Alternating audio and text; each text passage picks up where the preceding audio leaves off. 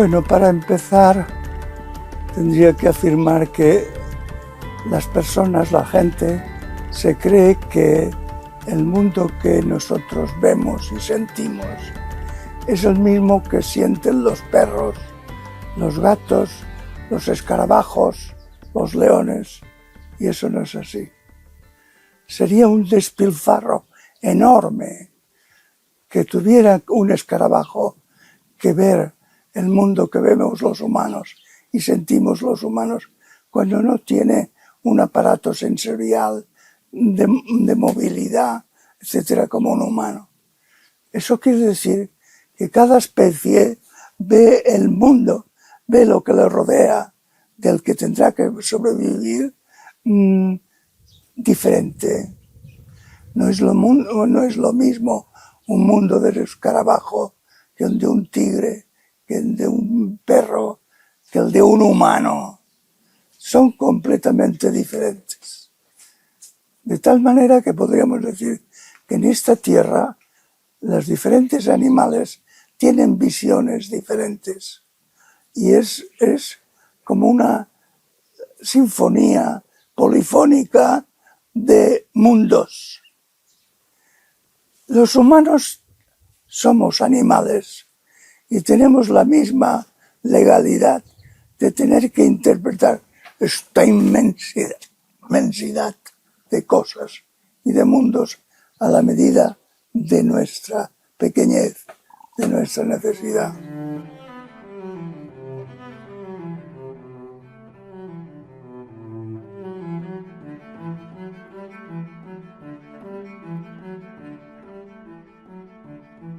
Lo que pasa es que nosotros, al ser un animal cuya característica específica, el rasgo constitutivo elemental, que es un animal que habla, y que ese habla constituye su condición de animal, puede formular la palabra mundo, cosas, seres. Si puede decirlo, cosa que no puede hacer ningún otro animal, si puede decirlo, quiere decir que tiene doble experiencia de la realidad. Una, como todos los demás animales, relativa a su necesidad. Pequeño, mediano, grande, etcétera, ¿no? Diferente. Una ameba y un hombre no tienen un mundo igual. Los humanos podemos distinguir, por nuestra condición de animales que hablan, entre la dimensión que yo tengo que modelar como todo animal, que es la dimensión relativa a mis necesidades, y eso que está ahí, que es el sustrato desde el que todos los animales hacen su acotación, su objetivación, su modelación. Por tanto, capto el mundo relativo a mí como animal y eso que está ahí. Eso que está ahí no es lo que yo modelo. Modelo sobre eso que está ahí, pero no es como yo lo modelo. El mundo no es como un animal lo tiene que figurar, sino que es no relativo a las necesidades. En cuanto que no relativo es absoluto. Es una palabra latina que quiere decir suelto de, absolutos, suelto de. Por tanto, tengo un doble acceso a la realidad, el acceso relativo y el acceso absoluto.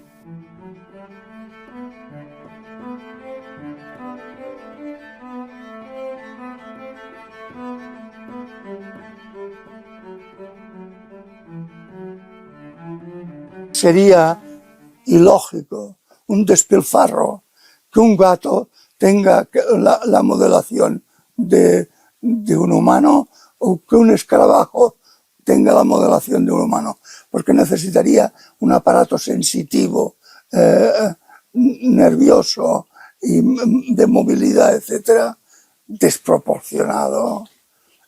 Y la vida no hace estas cosas. lo hace todo proporcionado.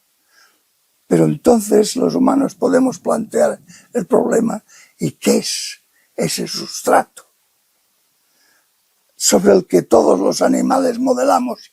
También los humanos. Y resulta que tenemos noticia de ese sustrato, pero no lo podemos decir, porque para decirlo tendríamos que modelar, y no podemos modelar. Por lo tanto, no podemos modelarlo, nada más que a la medida de nuestras necesidades. Y eso es absoluto, no a la medida de nuestras necesidades. De manera que tenemos noticia, experiencia, sentir de ese mundo absoluto, pero no lo podemos concebir. Todas las culturas, según la manera de sobrevivir, que es equivalente a las maneras de vivir los diferentes animales, imaginaron, construyeron una manera de hablar sobre eso del que no podemos hablar, una manera de representarlo de acuerdo con el tipo de cultura que se tiene. Esas maneras de representarlo fueron las que crearon las religiones, dioses, antepasados sagrados, demonios, etc. Muchas figuraciones.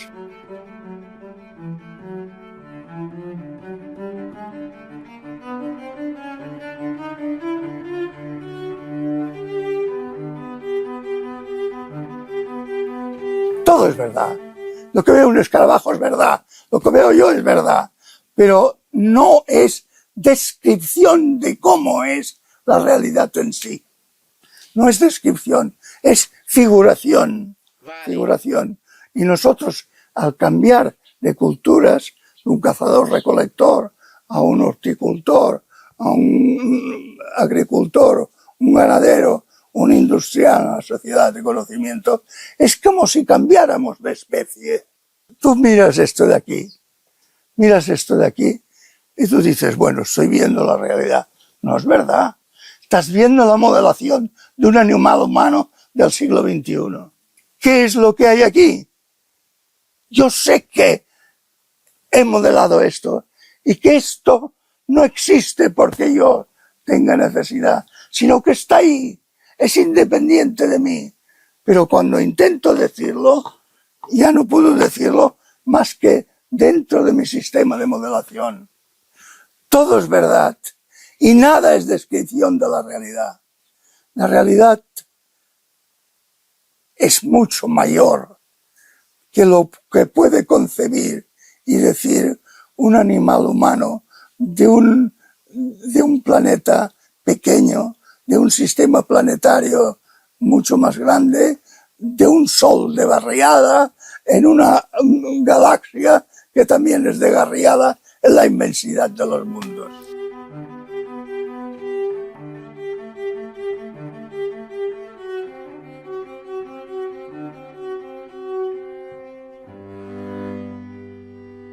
Que incluso nuestras ciencias, las más refinadas, son modelaciones de un animal, son construcciones de un cerebro que está evolucionado y creado para sobrevivir un animal en la Tierra, no para interpretar el misterio de los mundos.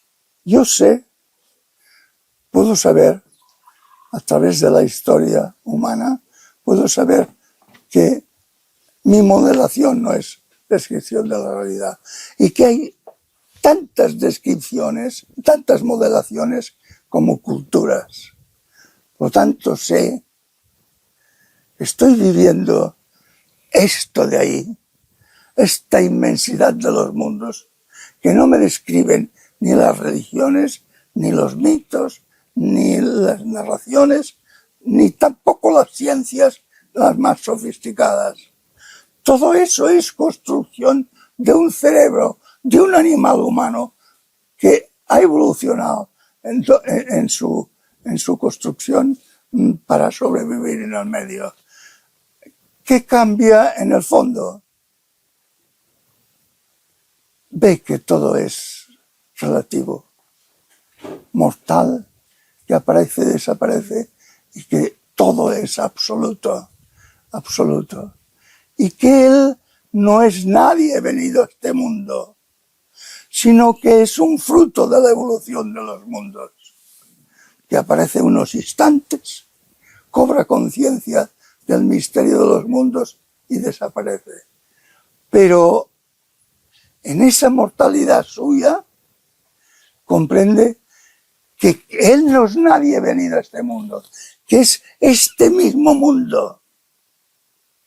Es el misterio mismo de los mundos. Eso cambia toda la vida humana, porque ya no mira la muerte con la misma cara.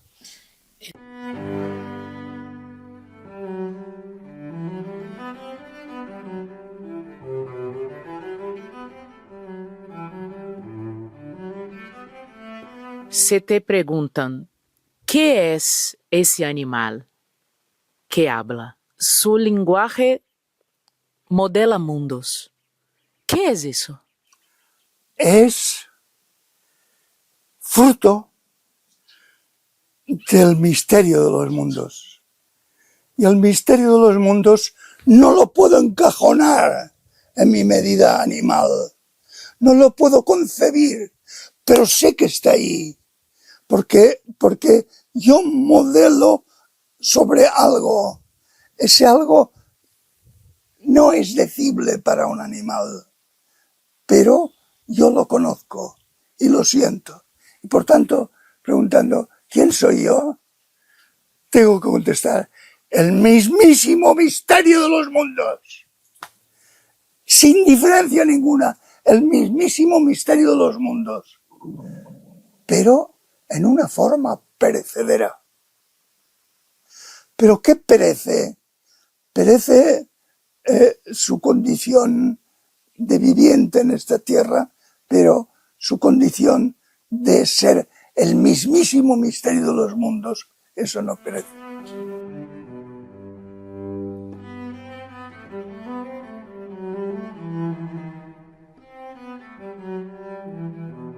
Esto depende del tipo de sociedad y de qué manera se sobrevive. Si tú coges la manera de sobrevivir de los que viven de la agricultura, de las culturas agrícolas y autoritarias, entonces tiene que concebir a través de esa manera de sobrevivir. Y esa manera de sobrevivir quiere decir que tiene que someterse a una sociedad piramidal, que hay un soberano en la cumbre de la pirámide, y a medida que van bajando estratos de organización más subordinados hasta la base de subordinación. En este tipo de cultura, ¿qué es lo que estructura al animal humano en esas culturas? Para concebirse a sí mismo, tiene que concebirse autoritariamente. Y vive, además, vive que tiene una parte que es mental, sensitiva, más sublime que la mera percepción visual o táctil. Entonces supone que hay un elemento jerárquico dentro de sí mismo, que es su alma, algo, y un elemento subordinado, que es su cuerpo. Lo tiene que concebir entonces como una dualidad, haciendo un compuesto de cuerpo y espíritu. Y entonces, evidentemente, a la hora de concebir qué es el mundo, qué es la realidad de la realidad, lo concibe como espíritu. Espíritu y Señor Supremo, y los otros como siervos, etc.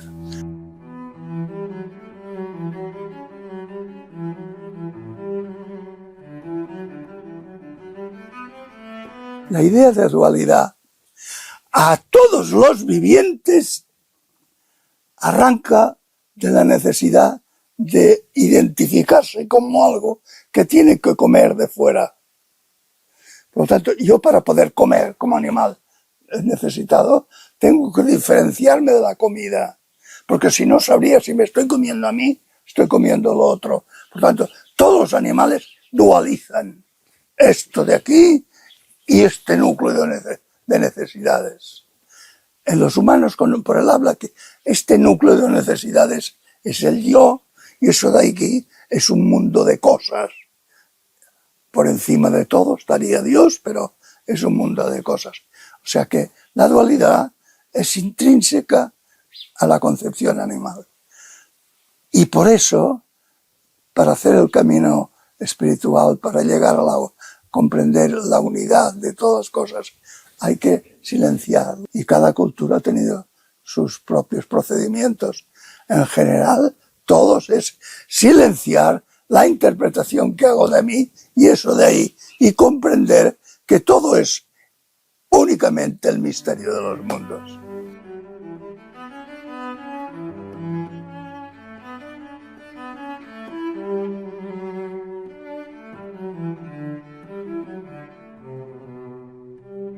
Los humanos no tenemos, porque inventamos la lengua, es un invento biológico, no cultural, inventa la lengua, no tiene una naturaleza fijada. Un gato tiene una naturaleza fijada.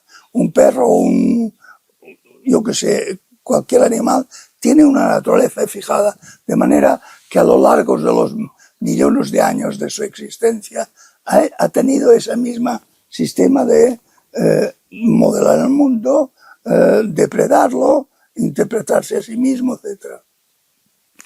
Los humanos, con este invento de la lengua, podríamos decir que la vida que construyó a los humanos, se da cuenta que si construye una lengua, no necesita naturaleza fijada, sino que la puede ir cambiando a medida. Podríamos decir que puede cambiar de especie. Gracias a que él puede distanciarse con la lengua, puede cambiar de especie. Y entonces, si puede cambiar de especie, vivirá de maneras diferentes, modelará de maneras diferentes, serán culturas diferentes, tendrán una representación de la dimensión absoluta de Dios diferentes. Por lo tanto, si uno coge sus textos básicos, mitológicos, con que cada uno de los pueblos se construyó una naturaleza, entonces puede ver qué relación hay entre esa construcción cultural y la base de sobrevivencia. Y lo vas leyendo a través de las culturas y te das cuenta que hay una conexión intrínseca. La manera de sobrevivir se constituye en patrón, modelo, para interpretar toda la realidad.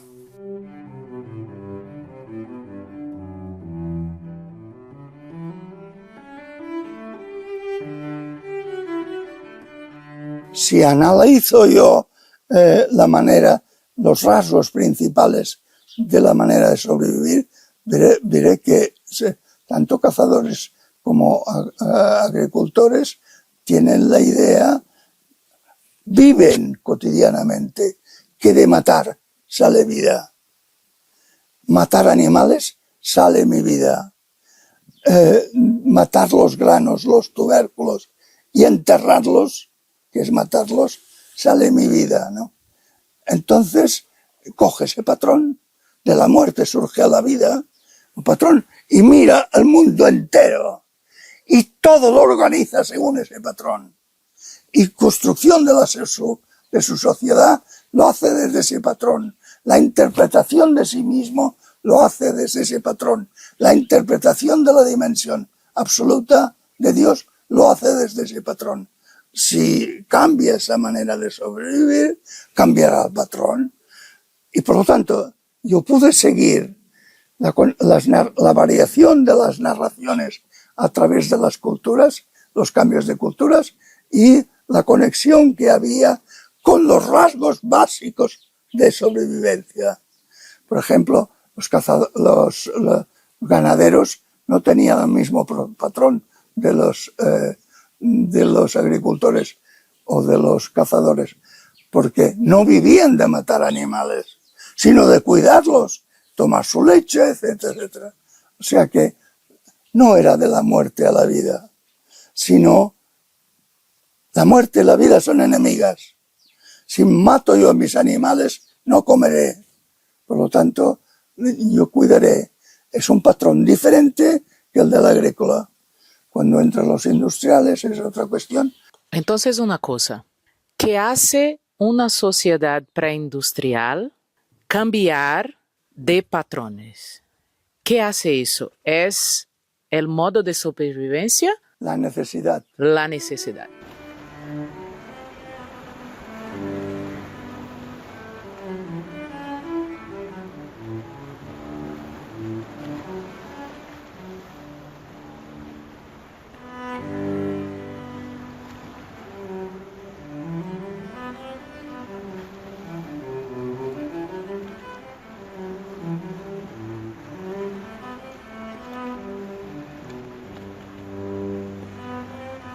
Los cazadores recolectores llegaron a un momento en que los animales grandes ya no existían, los habían agotado casi y el pueblo había crecido y sus mujeres recogían, eran recolectoras y se daban cuenta, eso fue en el Próximo Oriente, en el sur de Turquía y el norte de Siria, se dieron cuenta que los granos que caían brotaban.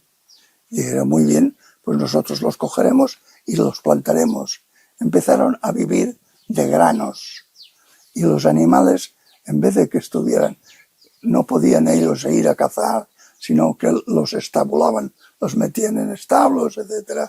Y fue pasando de vivir de la caza y recolección a vivir del cultivo y así sucesivamente. O sea, la necesidad a través de milenios va generando patrones nuevos y culturas nuevas y después tirará, bueno, hasta hoy, es decir, no. Entonces podemos decir que hay dos cosas que estimulan los cambios en las sociedades preindustriales: la necesidad y esa capacidad lingüística de modificar la interpretación de los mundos. No es como un animal que hubiera quedado fijado en la caza, sino que él pudo reflexionar, sacar sus consultas, probar y hacerse un patrón nuevo y una cultura nueva, que ha durado, pues mira, desde 10.000 o 15.000 años antes de Cristo hasta el siglo XX principios.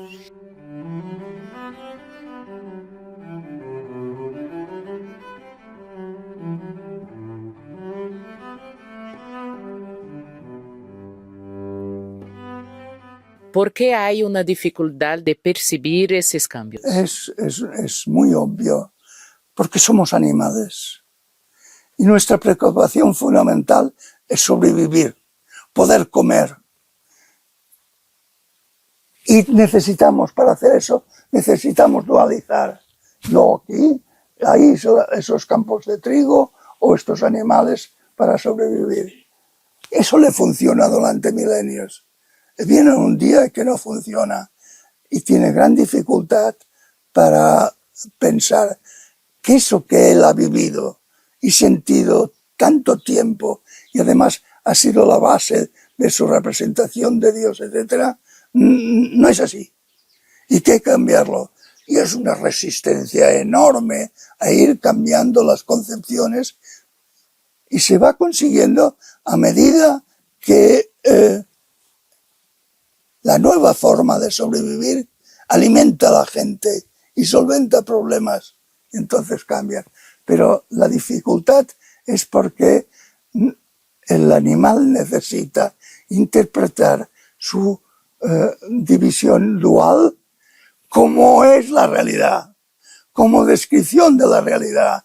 Por tanto, la resistencia, descripción de la realidad y descripción del ámbito sagrado, divino. Entonces la resistencia es enorme, pero es por culpa de su condición animal. Como comer es lo primero, va cambiando, quieras o no quieras, porque comer es lo primero. Y rompe la necesidad, rompe esa fijación de epistemología mítica, es decir, de creer que lo que yo concibo es como es la realidad.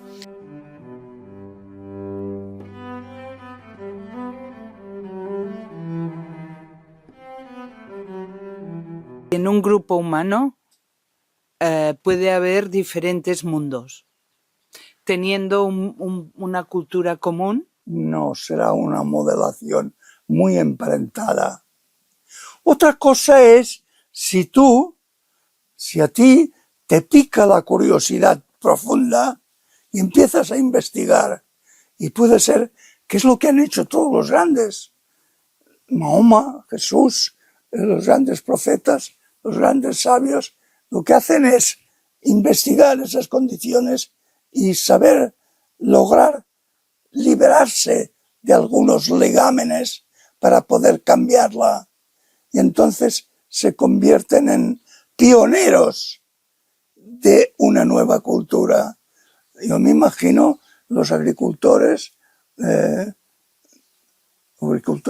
en toda la Edad Media, con la artesanía, van investigando y ganando ámbitos a la manera de sobrevivir. Siempre hay uno que porque se empeña lo consigue más, o un pequeño grupo. Por ejemplo, en la época poco antes de la Revolución Francesa, fueron los de la Ilustración, los filósofos de la Ilustración, siendo una sociedad jerárquica como esta, que todos explotan a los más pequeños, etc. No puede ser. Y empezaron a pensar una alternativa, y esos fueron unos cuantos que se unieron más o menos para pensar una alternativa. Y cuando la tuvieron pensada, la ofrecieron y salió la Revolución Francesa.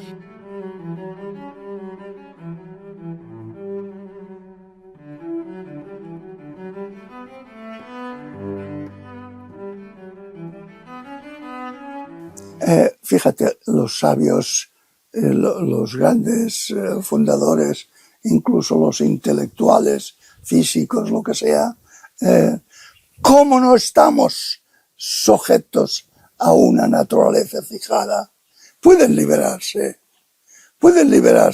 y fabrican metalenguas, es decir, lenguas construidas para investigar la realidad. Y eso son las ciencias, y se salen de su tiempo. Y a medida que van habiendo más y más de estos y que proponen soluciones que pueden servir, entonces se cambia de cultura, porque era necesidad. Lo que nos pasa ahora es que no sabemos cómo tendríamos que cambiar. Hay mucha gente pensando a ver cómo tendrá que ser una sociedad que no vive de repetir el pasado, sino de crear novedad en científica, tecnológica, nuevos productos, nuevos servicios. Y hay muchos que están pensando a ver cómo tendríamos que organizarnos, cuál sería el patrón, cómo tendremos que vivir en una sociedad de cambio acelerado continuamente, cómo habría que pensar nuestro aspecto de dimensión absoluta, etc. En eso estamos.